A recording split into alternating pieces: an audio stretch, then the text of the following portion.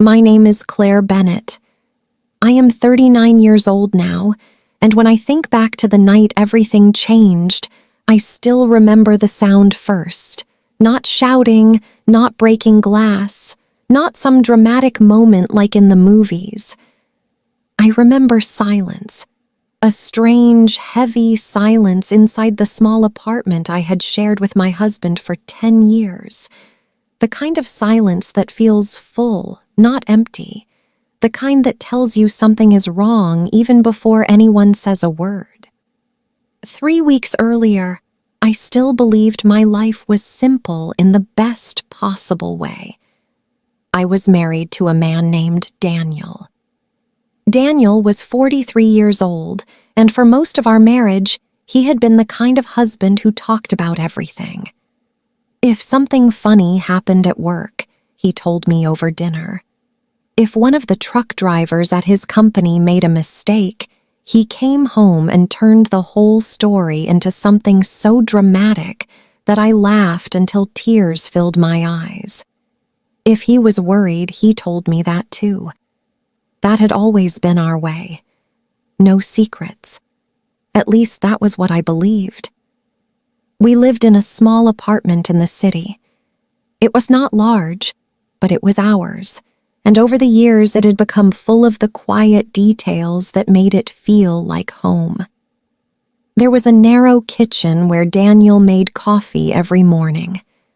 A little living room with an old sofa we both said we should replace one day, though neither of us really wanted to. One bedroom with pale walls and a window that faced the street. Across the road there was a small park where children played in the afternoon and old people sat on benches in the evening, watching the world continue without hurry. I worked in a medical office during the day. My job was not glamorous, but I liked it. I greeted patients when they arrived, checked their names, answered their questions, and helped them fill out forms. Some days were so busy that the hours disappeared before I noticed. Other days were slower, softer, full of quiet moments and short conversations. I liked helping people. I liked order. I liked feeling useful. Daniel worked for a logistics company near the airport. His job was often stressful. He dealt with delivery schedules, trucks, missing shipments, angry calls, and last-minute changes that ruined carefully made plans.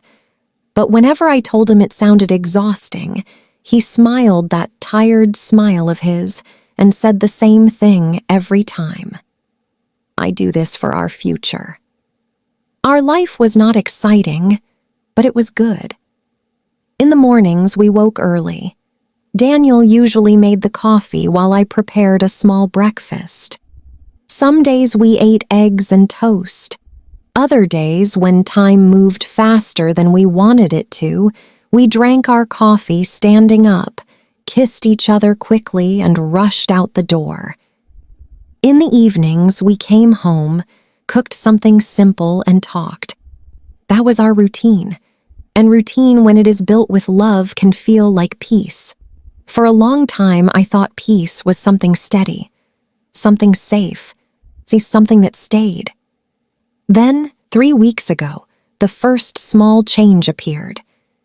Daniel started coming home later than usual. At first, I did not think much of it.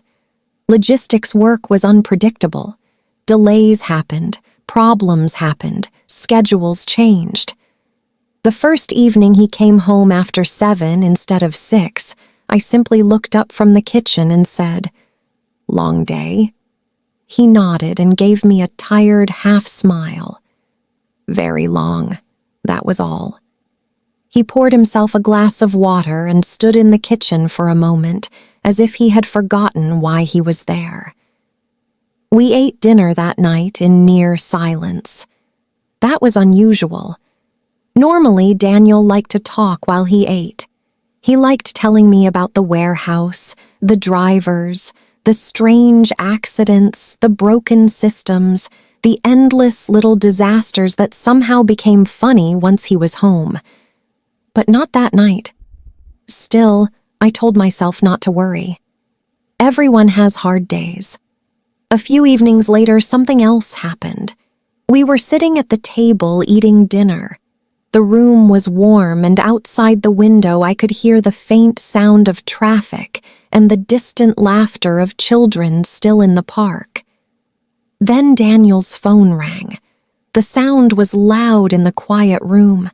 He looked down at the screen, and for a second, his face changed in a way I could not fully understand.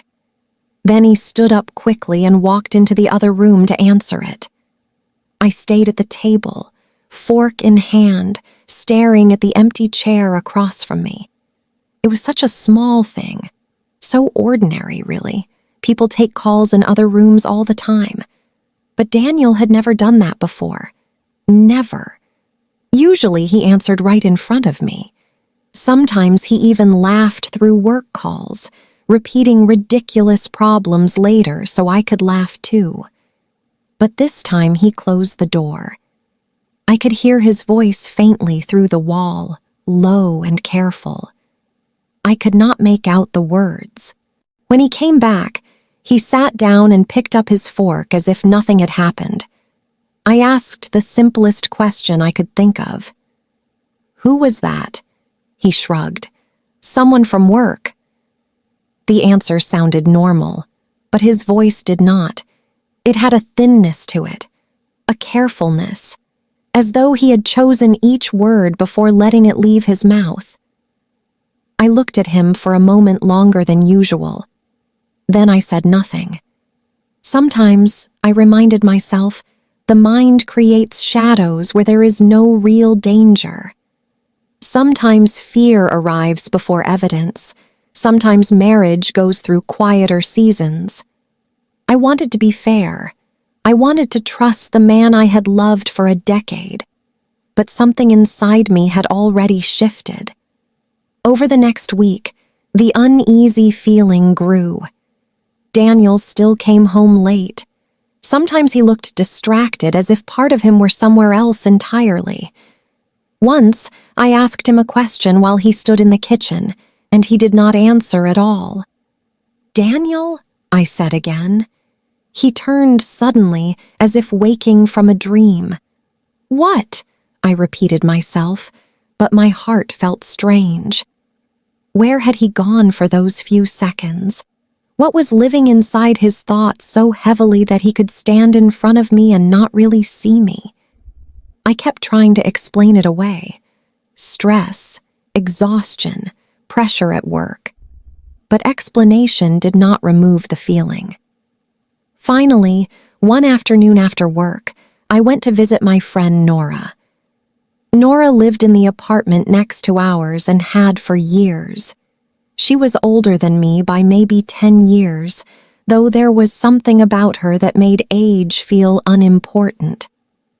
She had the kind of face that seemed to understand things before you said them. Her apartment always smelled like tea and fresh bread, even when she had not baked anything. She listened with her whole body, not just her ears. When I knocked on her door that afternoon, she opened it with her usual warm smile. "Claire," she said, "come in." Her apartment glowed with soft, late sunlight from the kitchen window. We sat at her little table, and she poured tea into 2 cups without asking if I wanted any. She already knew the answer. Then she studied my face carefully for a moment. "What's wrong?" she asked. I tried to smile. "Nothing." One of her eyebrows lifted slightly. "You forget," she said. "I know your face." That made me laugh softly, but not for long. So I told her. I told her about the late evenings, the phone call, the distance in Daniel's eyes, the strange carefulness in his voice.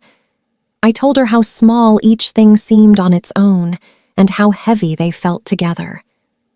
Nora did not interrupt. She only nodded sometimes, hands wrapped around her cup, gaze steady and patient. When I finished, the kitchen felt very quiet. Nora looked down at the table for a moment before speaking. Sometimes people carry problems alone, she said slowly, not because they want to hurt us. She paused, then added softly, sometimes they do it because they think they're protecting us. Her words stayed with me, protecting me. Maybe she was right. Maybe Daniel was facing something difficult at work. Maybe he was afraid. Maybe he did not want to bring that fear into our home. Maybe there was no betrayal hidden in his silence. Maybe only worry. I wanted very badly to believe that. That evening, when I returned home, the sun was already low. Orange light stretched across the walls of the living room. Daniel came in a few minutes later, and the moment I looked at him, I knew something was different. He did not look only tired. He looked nervous. He put his keys on the table with too much care, as if even the sound of metal touching wood mattered. He avoided my eyes. For a moment, we stood in the living room in silence. Then he said something I never expected. "Claire," he said slowly, "have you ever thought about moving?" I blinked. "Moving?" He rubbed the back of his neck and looked toward the window. "I don't know. Maybe another city." I stared at him. "Another city?" He nodded slightly. "Maybe somewhere closer to the coast." My heart gave one hard beat. We had never spoken seriously about moving. Not once. Our jobs were here. Our routine was here. Our whole life was here. So why was he asking me this now, after weeks of distance and secrecy and calls taken behind closed doors? I looked directly at him. "Daniel," I said quietly, "what is going on?" He opened his mouth, then closed it again. That was the moment I felt it. Clearly, something big was coming. But he did not answer. Instead, he turned toward the darkening window and said, "It's nothing. Nothing." The oldest lie in a marriage. We ate dinner that night in silence thick enough to touch. The television was on, but neither of us watched it. Daniel checked his phone again and again, each time too quickly, too sharply. I noticed every movement, the way his fingers tightened around the phone, the way his expression changed for half a second each time the screen lit up. Later that night, Daniel went to shower. I stayed in the kitchen, washing dishes and trying not to think too much. The apartment was quiet except for the sound of water behind the bathroom door. Then I heard it. A soft vibration. I turned. Daniel's phone lay on the kitchen counter. I was not planning to look. I need to say that honestly because it matters. I had never been the kind of wife who checked a husband's phone. Privacy mattered to me. Trust mattered to me. But the screen lit up so suddenly that my eyes moved before my principles could. And I saw the message. Only a few words, but enough. "Did you tell her yet?" My whole body went still. "Tell me what?" The question hit me so hard it felt physical. My heartbeat changed. My hands went cold. My mind filled instantly with possibilities, none of them good. Who sent that message? What truth were they talking about? Why had Daniel not told me? The shower stopped. I looked away immediately, forcing myself to breathe. A moment later, Daniel walked into the kitchen, hair wet, wearing a clean t-shirt. He smiled faintly. "Everything okay?" he asked. "Yes," I said too quickly. He picked up his phone and looked at the screen. For one brief second, all softness vanished from his face. Then he locked it and slipped it into his pocket. We sat together on the sofa afterward, but I could not focus on the television. The words repeated in my head like something scratched into glass. "Did you tell her yet?" Finally, I turned to him. "Daniel," I said. He looked at me. "Yes?" I took a slow breath. "I think it's time you tell me the truth." His body went still. "The truth," he said carefully. "About what?" I looked straight at him. About the message. His eyes widened. You saw my phone? I saw the notification, I said. It said, did you tell her yet? For a moment, he said nothing. Then he stood, walked across the room, stopped near the bookshelf, turned, and sat at the far end of the sofa instead of beside me.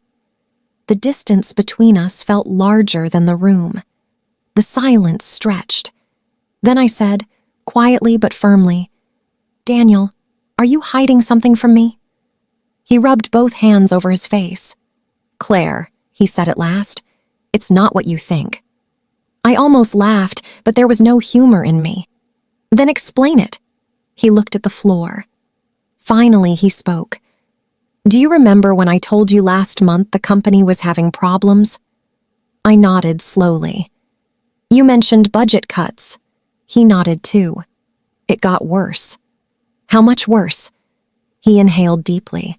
My department is closing. The words took a second to make sense in my mind. Closing? Yes. You mean, I'm losing my job.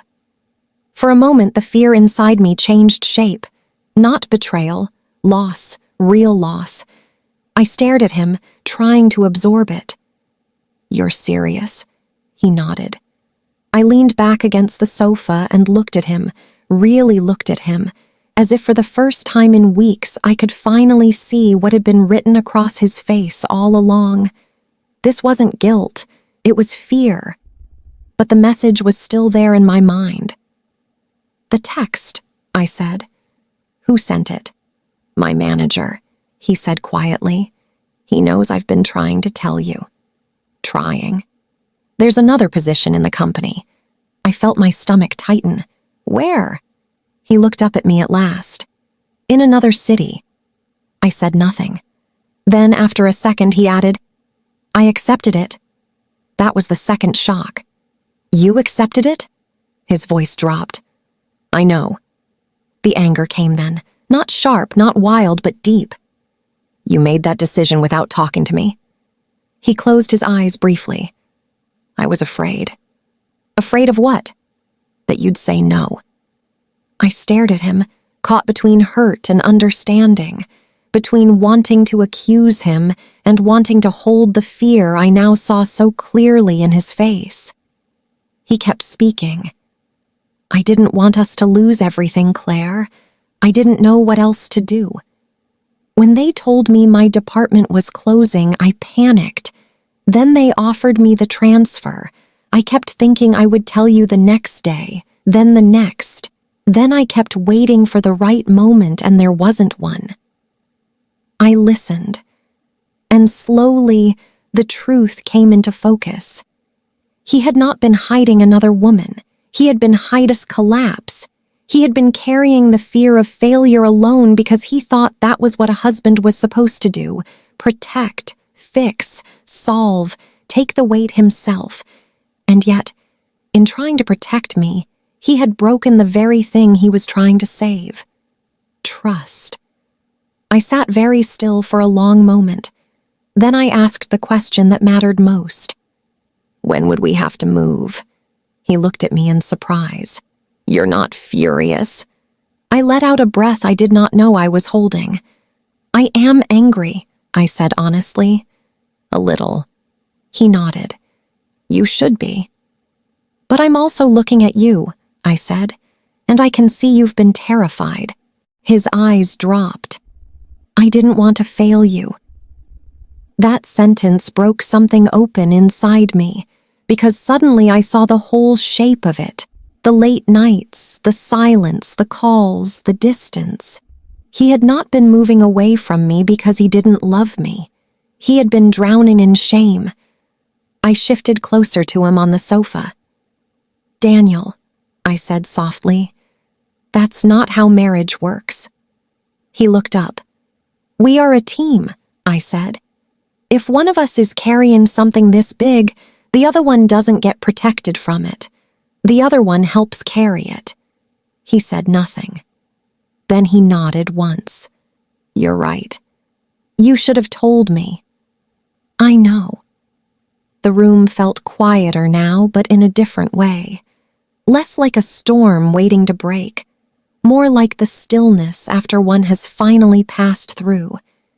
He leaned forward, elbows on his knees, staring at his hands. "I was so scared," he said. "Every day at work it got worse. People were losing jobs.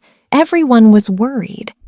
And when my manager told me there was another position, I felt relief and panic at the same time. Relief that we might survive this. Panic because it meant changing everything." I listened. He kept going, as if now that the first truth had finally come out, the rest had been waiting behind it. "I thought maybe you loved this city too much. I thought you wouldn't want to leave your job, your life here, your friend next door. I thought maybe if I could make the decision first, maybe if I could make it sound more certain, less frightening, it would be easier." I smiled sadly. It wasn't easier. No. We both sat with that for a moment. Then I asked, "Where is this city?" He hesitated. "On the coast," he said. "Not too big. The new office manages shipping from the port."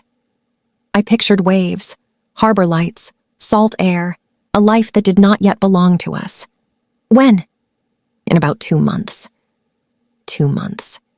It sounded both too soon and strangely possible. I looked around our small living room, the old sofa, the lamp by the chair, the photographs on the wall, the window where we had stood through so many seasons, watching rain and traffic and winter lights. For 10 years, this had been our home. But suddenly I understood something I had always known without naming. Home was not only this room. Home was the man sitting beside me. I reached for his hand. "We can do this," I said. He looked at me carefully, like someone afraid of believing good news too quickly. "You mean that?" "Yes. You'd really come with me?" "Of course." The relief that crossed his face was so immediate, so pure, that it made my own chest ache. His shoulders softened, his whole body seemed to exhale. "You have no idea how worried I've been." "Oh, I think I do," I said gently. He laughed once under his breath, the first real sound of lightness I had heard from him in weeks. Then I added, "But next time, we make the big decisions together." He nodded at once. "Yes. No secrets." This time he smiled properly. "No secrets." Then he leaned forward and wrapped his arms around me. I held him back, and for a long moment we just sat there in the middle of the little living room, holding each other as the city outside darkened and the future rearranged itself around us. Later that night, we began to talk for real. Not around the truth, not near it, through it. We talked about the new city, about my job and whether I could find similar work there, about apartments near the coast, about the port, the office, the weather, the cost of living, the fear of starting over at our age when life had seemed so settled only a month before. Daniel showed me photos on his phone. Blue water, boats, streets I had never walked, a harbor filled with evening light. "It's beautiful," I admitted. He looked at me carefully. "Do you really think we can do this?" I thought about the question, not just the move. Us. Could we survive the fear, the sudden change, the hurt of the secret, the stress of starting over? I looked at him and knew the answer. "Yes," I said. "But only if we keep talking, even when it's scary." "I will. You promise?" He took my hand again. "I promise." That night, lying in bed, I did not fall asleep immediately. The room around us was the same wall, the same old curtains, the same soft hum of city life outside. And yet nothing felt the same anymore. Our future had tilted. The road ahead no longer looked familiar, but strangely, I did not feel afraid. Not completely. because fear shared is lighter than fear hidden. And maybe that was the real lesson in all of it. Marriage is not built by never facing difficulty. It is built by facing it together, by telling the truth before fear has time to distort it, by choosing honesty not only when life is simple, but especially when life becomes uncertain. In the next days, we started making plans. Daniel spoke more than he had in weeks. Some of the old warmth returned to his voice, though it was changed now by humility. We made lists. We talked about what to keep, what to sell, what to pack. I spoke to my office manager about leaving. I told Nora the truth, and she smiled that small, knowing smile of hers as if she had seen this ending from the beginning. "I told you," she said gently. "Sometimes people carry problems alone because they think they're protecting us."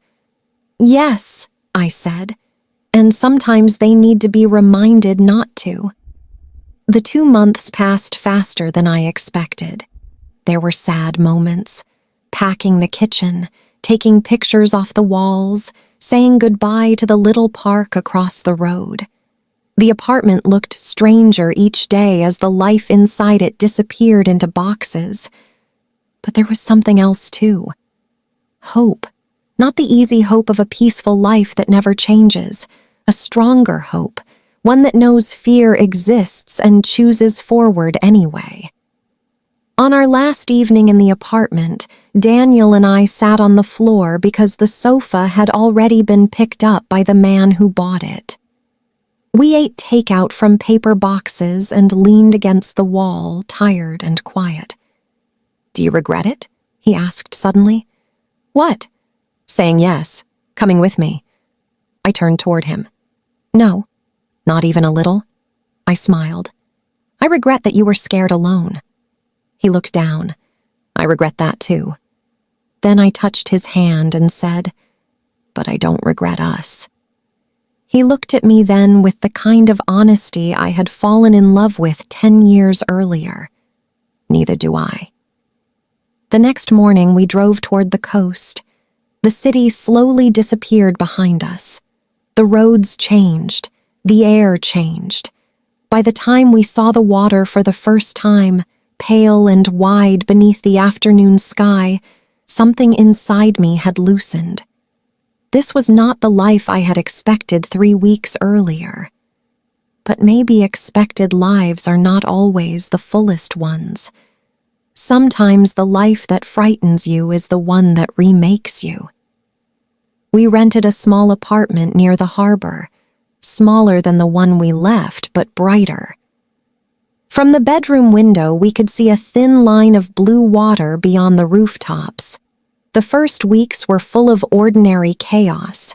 New job schedules, new grocery stores, new bus routes, new neighbors, unfamiliar sounds in the night, boxes still half unpacked. But slowly, as life always does, it began to settle. I found work at a clinic near the waterfront. Daniel started his new position and came home tired but lighter than before. Not because the work was easy, it was not, but because the fear of silence was gone. He told me everything again, about ships and paperwork and port delays and new co-workers, and I listened. And sometimes when he paused, I told him what I was really feeling too. That was our new rule, not just no secrets, no carrying storms alone. Months later, one evening, we walked by the water after dinner.